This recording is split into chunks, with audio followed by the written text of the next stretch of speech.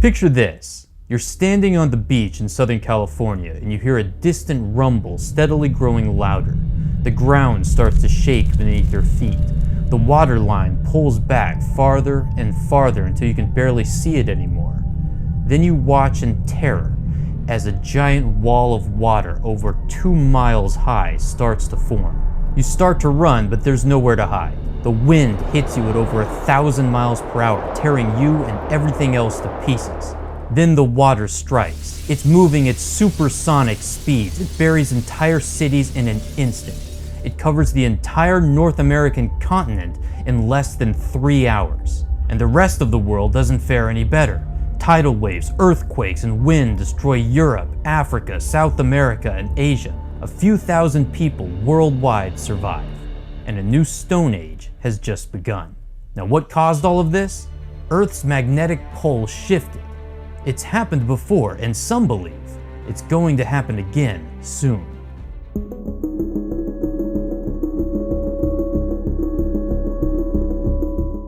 In 947 AD, the ancient historian Abu Hassan al-Masaudi, he wrote his 10-volume magnum opus, A History of the World, called The Meadows of Gold.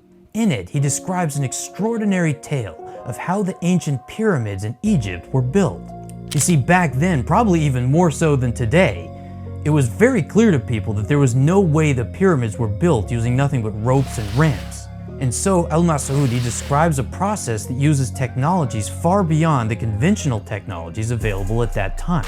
The way that he says the ancient builders constructed the pyramids, moving those giant 2.5-ton blocks, stacking them on top of each other to create this massive pyramid, the way he said it was done is that they would take a special piece of papyrus and place it underneath the giant 2.5-ton block.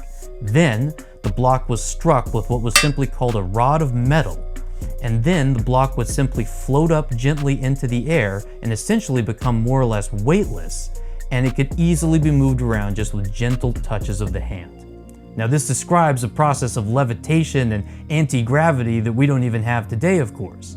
But that's how al-Masaudi said that the pyramids were built. Now, this sounds like magic, of course, maybe just some local folklore, and of course it's possible that that's what it is. But al-Masaudi didn't write it as if it were just folklore. He was a serious historian, and in his view, this is how the pyramids were built.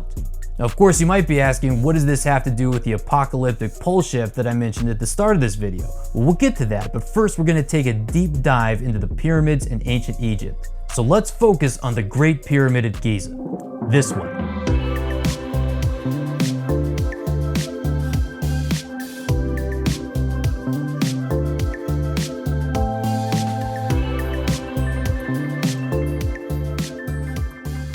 The Great Pyramid is made of roughly 2.3 million individual blocks of sandstone and granite, and it has a total height of 481 feet. That made it the tallest building in the world until the French built the Eiffel Tower in 1889. Now, the pyramid's footprint covered an area slightly larger than 13 acres, and it had a total weight of 6 million metric tons. The average weight of just one of the 2.3 million blocks used to build the pyramids was 2.5 tons. To give you some perspective, that's a little bit more than a brand new Chevy Silverado truck. Now let's play a little game to help you visualize this. Imagine that brand new Silverado. Now you take the wheels off of it. Now you and your buddies, you gotta pull that Silverado using nothing but some rope. Think about that for a second. You and maybe a dozen of your friends are gonna tie the rope to the Silverado and you're just gonna pull on it. How far do you think you could drag that truck, realistically? 10 feet, 20 feet? And that's to say nothing of lifting the truck, in some cases hundreds of feet into the air. All you've got is some rope, maybe some pulleys, and you can build some ramps out of sand. You think you're gonna do well in that? Let's make it a little more complicated. Some of the granite blocks used to make things like the king's chamber inside the pyramid, which is, a couple 100 feet high in the pyramid. Those blocks weigh as much as 70 tons each. That's the equivalent of 32 Silverados stacked on top of each other. And you gotta move it with some rope and a ramp. And you gotta lift it hundreds of feet into the air. Now, Egyptologists will tell you that, they could move heavy blocks because they put them on wet sand and they push them along on wet sand. Well, maybe if you're just at ground level, that will do. But when you're 350 feet above the ground, as you are in the King's Chamber, that won't do at all. But we're not done yet. Not only do you have to move one Silverado across miles of empty desert, you have to move 2.3 million Silverados from where you quarried the Silverados to the pyramid, where you then place them into a 480-foot pyramid that's perfectly aligned to true north, which is the exact north pole of the planet. And it has to be so accurate that it's within 3/60ths of a single degree accuracy, which is more accurate than any building even constructed today with modern technologies. Now let's be conservative and say you use the entire 20 years. That means that you have to place a 2.5-ton block onto the pyramid every 5 minutes, 24/7, non-stop, for 20 years straight. And remember, each block needs to be placed absolutely perfectly. If you were to cut one of those stones wrong, or just set it down wrong by a degree, each block after that, above it or around it, would then be wrong and gradually worsen in error as construction continued, causing the internals to warp, and if bad enough, making the entire pyramid bulge, lean, or spiral to a measurable amount, and not come to a perfect point with all of its corners, to that peak. So yeah, there it is. You think you and your friends could do that? You got some ropes and some wet sand? No problem, right? Now, in all seriousness, the construction of the Great Pyramid is actually far more complex than what we were just saying. It's not just about the size and weight of the pyramids and how difficult it would be to move all those large blocks into place. It's also about the mathematical principles encoded in the dimensions of the pyramid itself, which demonstrate a level of precision and advanced technology that make you question every assumption you've ever made about the ancient world, including the idea that they had less sophisticated technology than we do today. Resonance frequencies, everything vibrates. Have you ever, like if we had an electric razor, we plugged it in, turned it on, set it on this table, bzz, it's gonna move around, isn't it? You ever seen that? Yeah. That's the beginning of the concept because it's vibrating. Everything vibrates at a frequency, and if you know that frequency, you can control things. And I think that's the basic idea of what we're looking at here. Now, before we take a look at some of those mathematical principles encoded within the dimensions of the pyramid, let's take a look at some of the smaller artifacts that come from ancient Egypt, which in some ways are even more extraordinary than the gigantic ones like the pyramids. In the Serapeum of Saqqara, which is about 16 miles south of the pyramids at Giza, there's a massive underground labyrinth with 24 huge granite boxes. These things are carved from a single piece of granite, and many of them weigh up to 100 tons.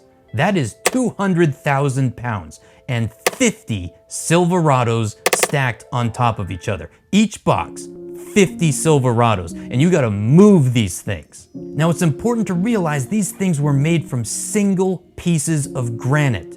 If we were to make a giant box like that today, we would make several slabs of granite and fit them together. But no, they carved these things from a single gigantic piece of granite. If you made a single mistake anywhere on the box, you'd have to redo the entire freaking thing, or change its dimensions. Now, the engineer Christopher Dunn, who's very well known within the alternative Egyptology space, and he's written several books about the possibility of advanced technology existing in ancient Egypt. What he did with the boxes at Saqqara is that he used some very advanced technologies to gauge the precision of the boxes. He discovered that the inner walls of the boxes were so perfectly smooth and flat that the degree of precision was down to 1/20th the width of a human hair. Think about that for a second. We're talking about molecular levels of precision. The unaided human eye can't even detect that level of precision. There's no way a person just smoothing out some stone can do that by hand. You need high-tech equipment to do that. You're gonna tell me that the ancient Egyptians carved that with a copper chisel? Really? That level of precision? You need lasers for that kind of precision. You need lasers just to measure that kind of precision, let alone do it. Let that one sink in for just a second. These were not people just using ropes, ramps, and copper chisels. They had something else, clearly. Now, also found at Saqqara were tens of thousands of stone vases, the ones that you're looking at right here. These things demonstrate a level of precision that make absolutely no sense whatsoever. Look at this vase right here. Does this look like something carved by hand with a copper chisel by some guy who just recently emerged from the Stone Age? And what's most interesting of all is that the perfection of these things goes well beyond what you can just see with the naked eye. This thing is carved so precisely that only with modern technology can we even measure just how precise it truly is. Half A the human size of a human hair. Of being perfect. Of being within. perfect. Yes. So Holy shit. that's how precisely aligned the mouth of the vase is. And here's the thing, all of these vases with molecular levels of precision come from the very earliest part of ancient Egypt. They come from the very beginning of the Egyptian civilization, and then they're never made again. Instead, all the rest of the Egyptian pottery coming from later periods looks like this. This is exactly what you would expect from pottery made thousands of years ago. It's good, but it still looks handmade. So why is the old stuff so much better?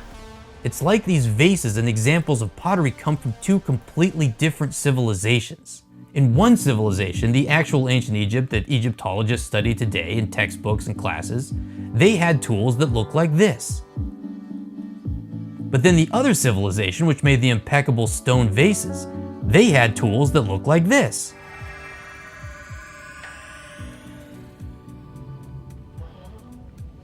Now, if you're not convinced that something fishy is going on here by just looking at those vases, take a look at this.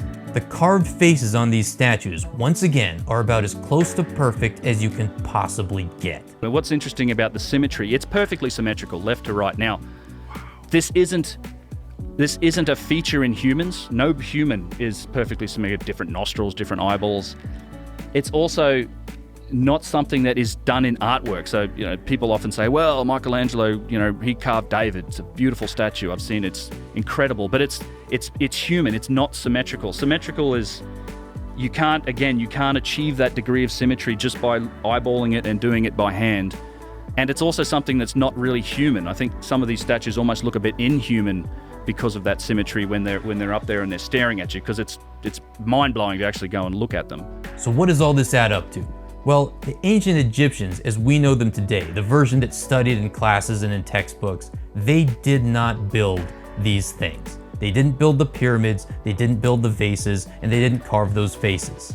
They inherited these objects from a previous civilization. And we're not talking about some other Bronze Age civilization. They actually had advanced technology. It might not be the same line of technology that we're using today with the internal combustion engine and computers and that kind of thing, but nevertheless, it might still be an advanced technology that we wouldn't even recognize today if we saw it. Now, it's also looking very likely that that precursor civilization that possibly had advanced technology in the very distant past, that built things like the pyramids and the Sphinx and these other artifacts, it was wiped out by a global cataclysm. And that's where we return to the pole shift mentioned at the start of this video. If there was some kind of cataclysm of that size, whether it's a pole shift or a massive asteroid impact, it would destroy every last trace that there was ever any civilization, except possibly the giant megalithic structures made from huge stones. It's like, imagine that you drop an atomic bomb on a city and it completely obliterates it. And then a short while later, you drop another one on the same place. What's going to be left? And then 10,000 years, 20,000 years goes by. What are you going to find? What are you going to look for? It's going to be just rubble that gets reincorporated just into the geological stratum, and it's going to be very difficult to differentiate, for example, from what's called a conglomeratic rock. But let's say that advanced civilization in the distant past, they had some degree of advance warning about the apocalypse. They knew that everything was about to be destroyed, and they wanted to send a message through time to whoever would come after them thousands of years later. How would they do it? Because they can't just write it in their own language. They have no idea what language people are going to be speaking in the distant future. It also has to be encoded into something that's big, that's going to withstand all the turmoil and the wars and the water and the wind that it's going to be subjected to. Well, the answer is that you encode it using math. You create a code. In 1974, scientists developed an interstellar radio message called the Arecibo message. Now, was that message written in English? Of course not, right? No, it was written in binary code, and it was sent using exactly 1,679 bits of data. Now that number was chosen because it was a semi-prime number, meaning it was the product of two prime numbers. Now when this code was properly translated into graphics, it looked like this. So first you have to decode the math, then you get an image with a visual message in it that doesn't need language. Now the Arecibo message is intended to give an alien civilization the basic information about human beings. It includes things like the numbers 1 through 10, some basic info about human DNA, a small stick figure of a human being to get the dimensions of a person right, a graphic of the solar system, and finally a picture of the radio transmitter that was used to send the message. But anyway, what does the Arecibo message have to do with the pyramids? Well, just think about it. Just like the Arecibo message with its 1,679 bits of binary code, which when properly interpreted forms this basic visual image that doesn't need a written language, there appears to be a message encoded into the pyramids as well. Now what that message is, I have no idea. But given what you're about to see, I think it's high time that somebody who's a lot better at math than me starts to try to figure it out. In fact, I'd say it's time that the world's intelligence agencies maybe spend a little less time reading everybody's emails and start spending a little bit more time putting their top code breakers to work on just what the freak is going on with the pyramids. Is that if you actually take the length of the Great Pyramid at its mean socket level, which is the corners of the actual building, it translates into 365.24 pyramid cubits, which just happens to be the Earth a year right down to a quarter day.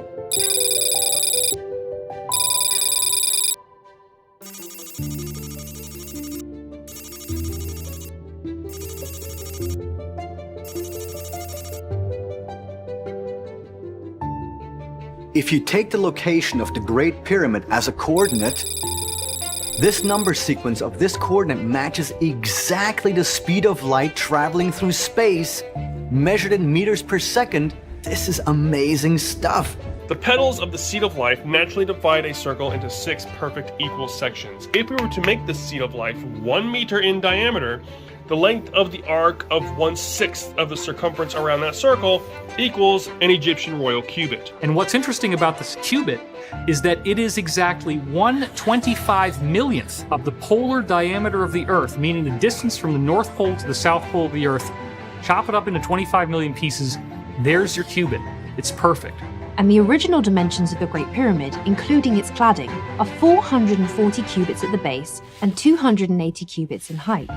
In 1859, the Englishman John Taylor noticed that this dimension here, divided by this one, would give pi. The measurements of the length and width of the perimeter of the Great Pyramid correspond to an exact fraction of both the latitude and longitude measurements at the equator, scaled up. This means the Great Pyramid directly corresponds to the circumference of the equator, as well as the measurement from the equator to the pole, making it a scale model of the Northern Hemisphere. The Great Pyramid is not only perfectly aligned to the cardinal points, its placement on the Earth is seemingly intentional as well.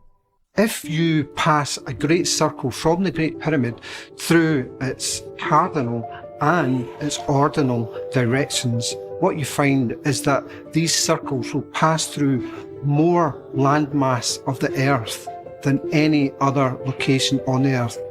You find that the Great Pyramid is essentially located at the centre of the world's landmass. If we create a 1 meter long pendulum swung at 30 degrees, the distance that pendulum travels equals 1 second.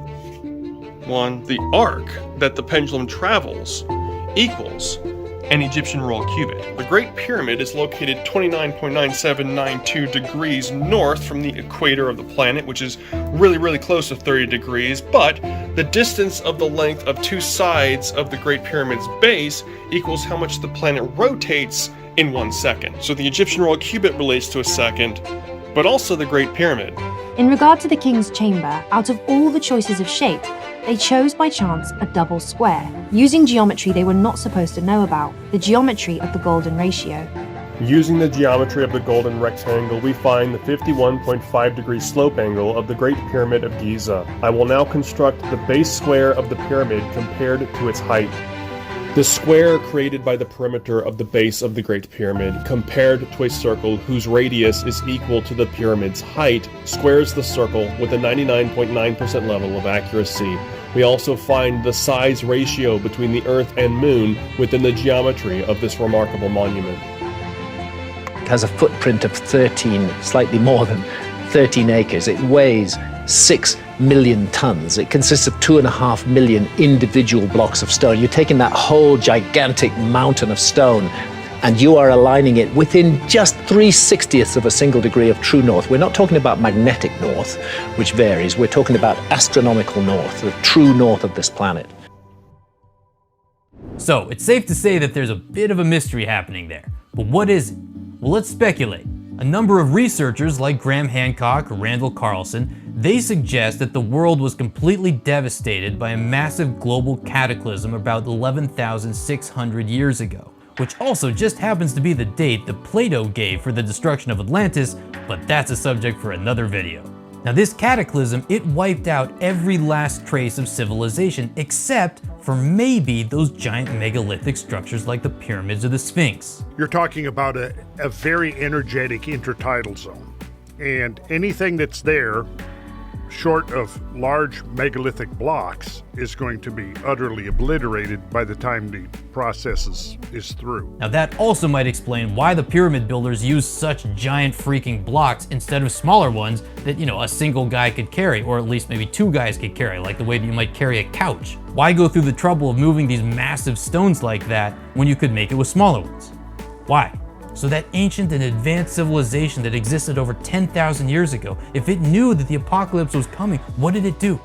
It built monuments to its very existence, so that something might be remembered someday in the distant future. And just like the Arecibo message, they encoded a message within those monuments, and it's still waiting to be decoded today. But of course, it's also possible somebody already has, and they don't want you to know about it. So is the next apocalypse just around the corner? Hopefully not, but unfortunately, it is possible. But the real question is, what kind of a message will we leave behind? What will future historians make of our legacy? Will they be awed by our achievements the way that we are awed today by the ancient Egyptians? Or will they say, well, no wonder they all perished? I suppose it's up to us.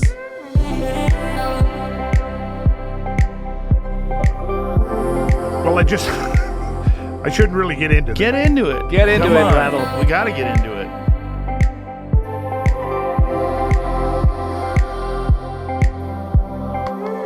You were telling me you were on acid. You were looking at how that was 1969. Yeah. I've always been a contrarian. I've always tried to give an opposite point of view. I hate it when there's just a single narrative that says this is the truth and there is no other truth. And so I felt it was important to start giving an alternative point of view, and I started.